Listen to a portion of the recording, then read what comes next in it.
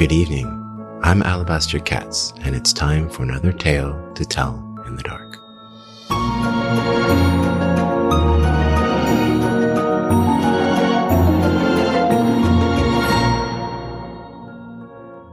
Welcome to the show.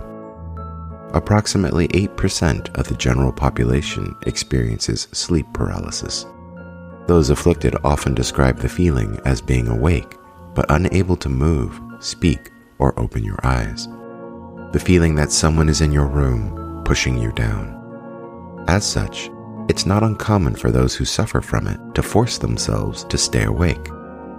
But what if in doing so, you discovered that there was, in fact, someone else in your room? And that brings us to tonight's story, a series of lost recordings from a woman who stayed awake for several days in order to discover the truth behind her mysterious injuries.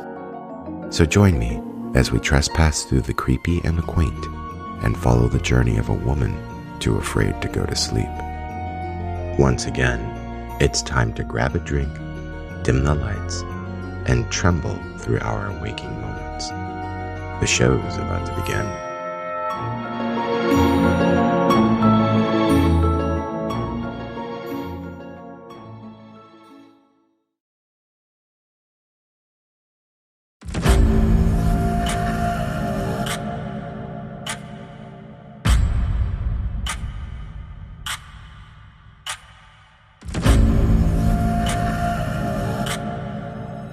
Seven days.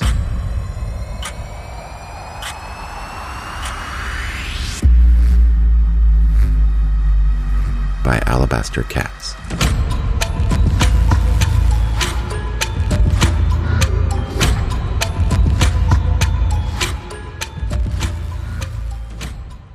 What you are about to hear are a series of audio recordings that I received in my email a couple of months ago. Now, I can't verify their authenticity, nor can I provide you with any information regarding them. This is largely because all of my attempts to contact the sender have been met without a reply. Now, you may be asking yourself, why did I wait until now to release them? Unfortunately, the answer is disturbingly simple. I was afraid. Since listening to the recordings, I have been unable to sleep without the lights on. I can no longer look into dark corners or gaze into a mirror for fear that something will move. Be that as it may, I've decided to release these recordings because I've come to the conclusion that this is what the sender had intended. As such, I leave it to you to determine what you believe.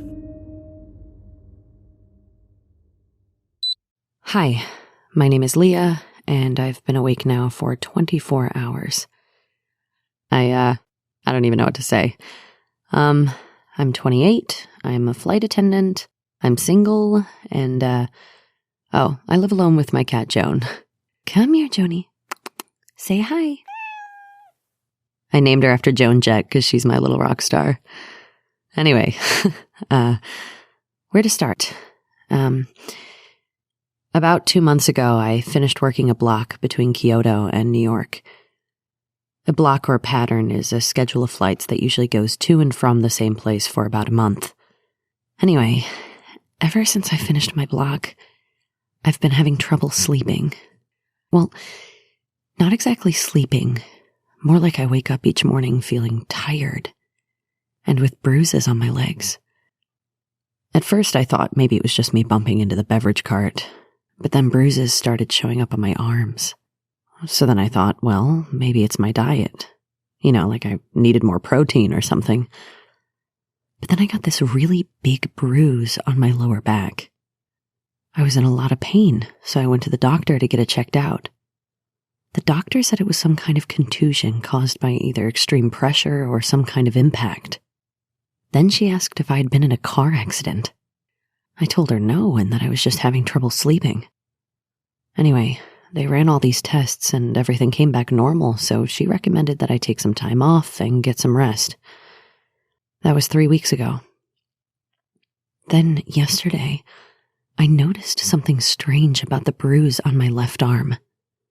It was in the shape of a hand. What's even weirder is that it's a left hand. I told my best friend Fel about it, and she said it was something I probably did in my sleep. But if that's true, then how did I grab my left arm with my left hand?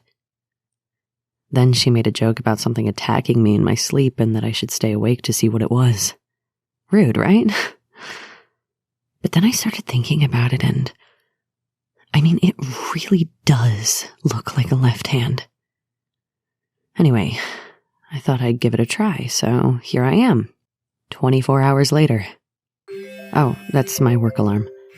It goes off at 7 a.m. I'm technically on vacation, but I leave it on to remind me to feed Joni. At any rate, not much to report. I got a few more bruises on my arms, but that could have been from the other night. We'll see what happens tomorrow. After listening to the first recording, I immediately sympathized with Leah. I too have had personal experience staying awake for several days. Additionally, I also had issues falling asleep and waking up with mysterious wounds on my body. This could all be explained via sleep disorders.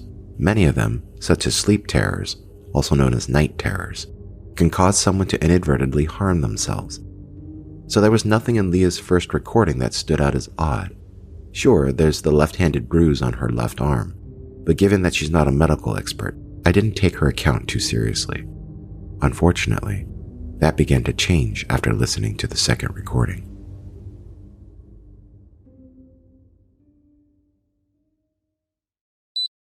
Day 2. It's almost 7 a.m. and I haven't slept for 48 hours.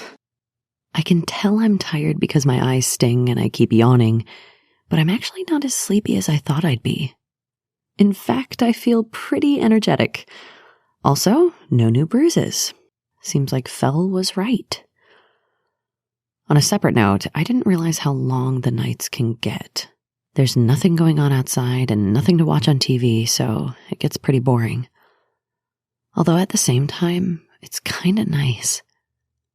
Last night I sat at the window and stared up at the sky. It's really quiet and peaceful. Nothing moves except for the clouds, and I can think for long periods of time without being interrupted. Speaking of which, time to feed Joan.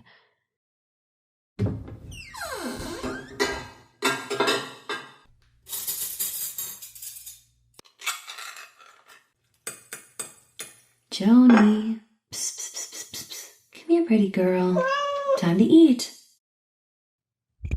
Okay, where was I?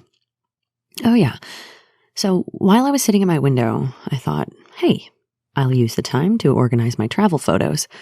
They're all stored online and I've been meaning to make travel books out of them. There's gotta be hundreds of pictures, so plenty of them to go through. Plus, it'll help me keep awake. I think I'll start with Japan since that's the last place I went to. Oh my god, that scared me. Oh, Joni, what a mess. Anyways, so far so good. Let's see what happens tomorrow. At this point, I think it's worth mentioning that you are listening to the recordings exactly as I had received them. I have not tampered with them in any way. Now that's not to say that the audio couldn't have been altered prior to being sent, but I say this to you so you understand that at first I was skeptical upon hearing that second voice. Therefore, I replayed it several times more and listened with an analytical ear. The language of the second voice is Japanese, and while I don't speak it fluently, I was able to recognize the word nemure, which means sleep. Also, it would seem that from the tonal quality of the voice, I am supposed to believe that this is some type of apparition. So given this information, I Googled it. Specifically, 3 words: Japanese, sleep, ghost. This is what I found as the top result. Kanashibari, a Japanese term for sleep paralysis. In short, it's a term that describes the inability to move during a period of REM in which you are technically awake but unable to discern dreams from reality. Now, upon reading this, I was still convinced that Leah's wounds were self-inflicted. But then I read the last paragraph on the page, and it states that kanashibari can be caused by ghosts. More specifically, a ghost that grabs you so tightly you're unable to move, and after doing so, It will attempt to drag you to a place of danger, such as into a river, over a cliff, or out a window. Furthermore, should you break free from its grasp, you would then see the ghost of a middle-aged woman floating up through the ceiling. Now, one could say that this is all nonsense, a story I concocted simply for your amusement. Therefore, to prove my sincerity, I encourage you to Google the terms yourself. Japanese, sleep, ghost. But fair warning, you may not like what you find. Day 3. It's a little after 7, and I've been awake for 72 hours. My eyes are really sensitive to light now, so I have all the shades drawn and I wear sunglasses to look at my laptop. Also, my body temperature is really hot. I don't have a fever, but it still feels like I'm burning up. It's really hard for me to focus, too. Last night I tried sorting my pictures from Japan, but I couldn't get past the brain fog. All I could do was stare at a photo of an old house. That's funny, though. I don't remember taking that one. Anyways, I have it up on my laptop right now because there's something odd about it. There's a silhouette of a woman standing behind a curtain in one of the windows. But last night I could have sworn that the windows were empty. Then again, I haven't slept in 3 days and can't even remember what I had for dinner. Still, this photo, it's like she's watching me. Oh my god. What the hell was that? Oh, okay, alright. I think I'm starting to hallucinate. Yeah, okay, I'm done with this experiment now. I'm done. Come on, Joni. We're going to bed. It was at this moment that things started to shift for me. It would be one thing to overlay a voice on top of a recording, but it's entirely something else when the person in the recording reacts to the same voice. Again, it's possible that someone manufactured this prior to sending it, but I can't help but feel that the fear in Leah's voice is real.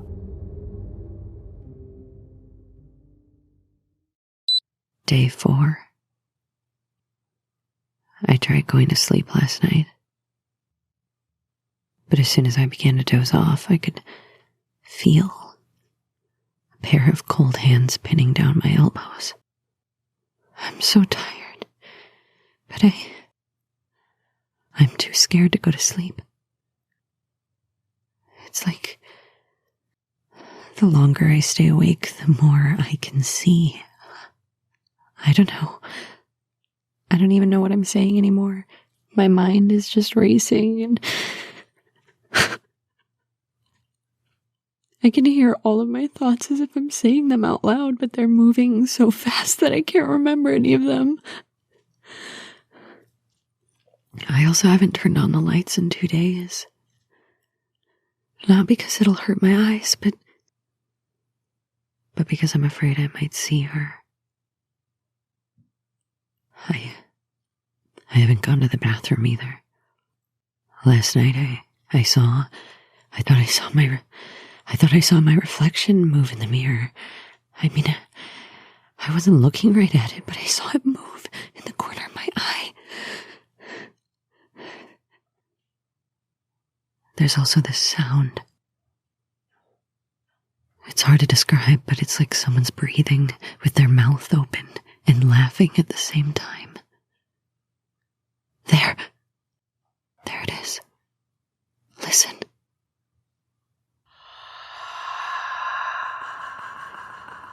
What is that?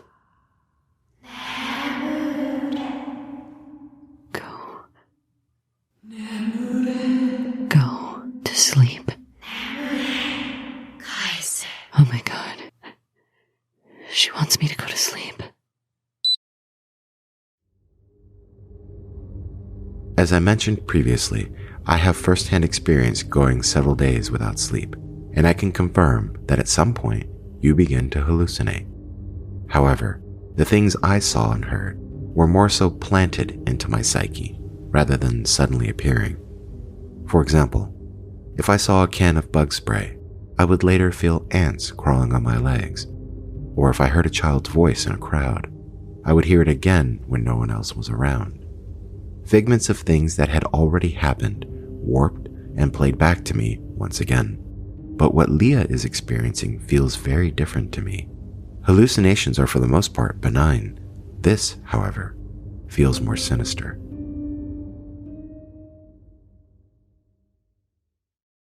Day 5.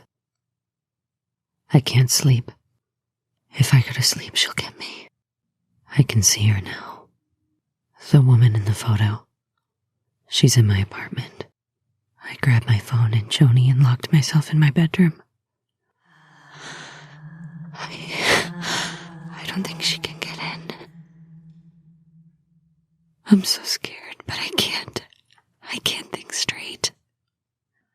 I can't remember things. I just know that I can't go to sleep. It's like I can see and hear her now, but only if I stay awake. Oh my God. Oh God. Oh God, make it stop. Please. Please just make it stop. Make it stop. Make it stop. Hello? Leah? Oh my God, Val. She's here. She's in my apartment. Leah, what's going on, sweetie? Are you okay? You were right. She's been attacking me in my sleep. I stayed awake and I can see her now. Have you been awake all week? Yes, I can see her now. She's in my apartment. Leah, listen to me. You need to get some sleep. No, I can't. She'll get me if I do. Leah, you need to... Oh my God. She's right outside the door. Joni, come here, girl. Who are you? Leah, is someone there? It's okay, girl. Leah. Be quiet. Okay, that's it. I'm coming over. No, Val, don't hang up. During my experience without sleep, by the 5th day, I couldn't remember anything of what happened in the days before. In truth, I often couldn't remember the last sentence I spoke during casual conversation. At this point, your mind no longer functions in a way that you are used to. The best way to describe it is that your brain gets confused.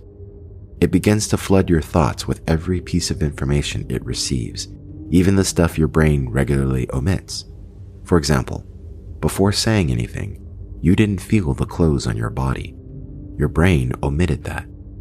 But when you've been awake for 5 days, you constantly feel the coarseness of your clothes, the heat from your body, even the tickle of sound on your skin. As a result of this barrage of information, your brain begins to omit other things instead. Things it's not supposed to, and in some cases, things it doesn't want you to remember.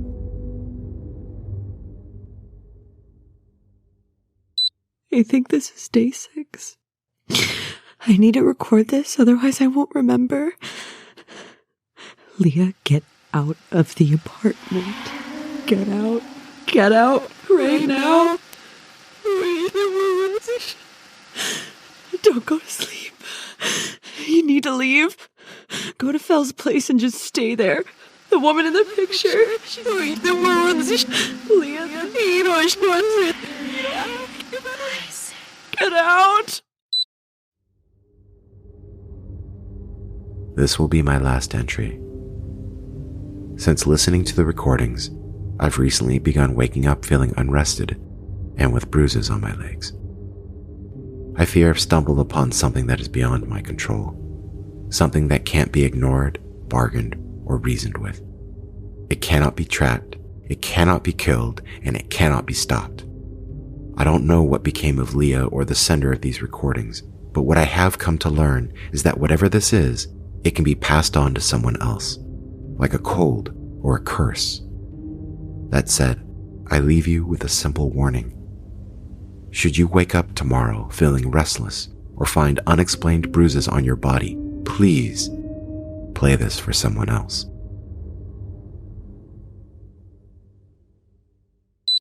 Day 7.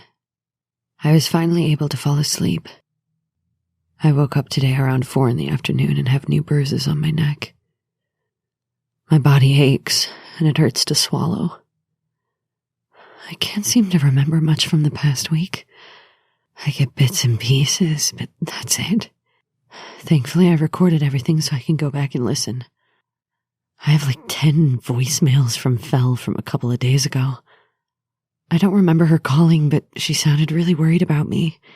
Something must have happened because it sounded like she was calling from my front door. I'll give her a call back after I listen to yesterday's recording. Maybe that'll tell me what happened. All right, here it is. Day 6. I think this is day 6. I need to record this, otherwise I won't remember. Leah, get out of the apartment. Get out. Get out right now. She's in the room with you. Don't go to sleep. You need to leave. Go to Fel's place and just stay there. The woman in the picture, she's in the room with you. Leah, there's no Joni. You don't have a cat. Get out. Joni, is that you?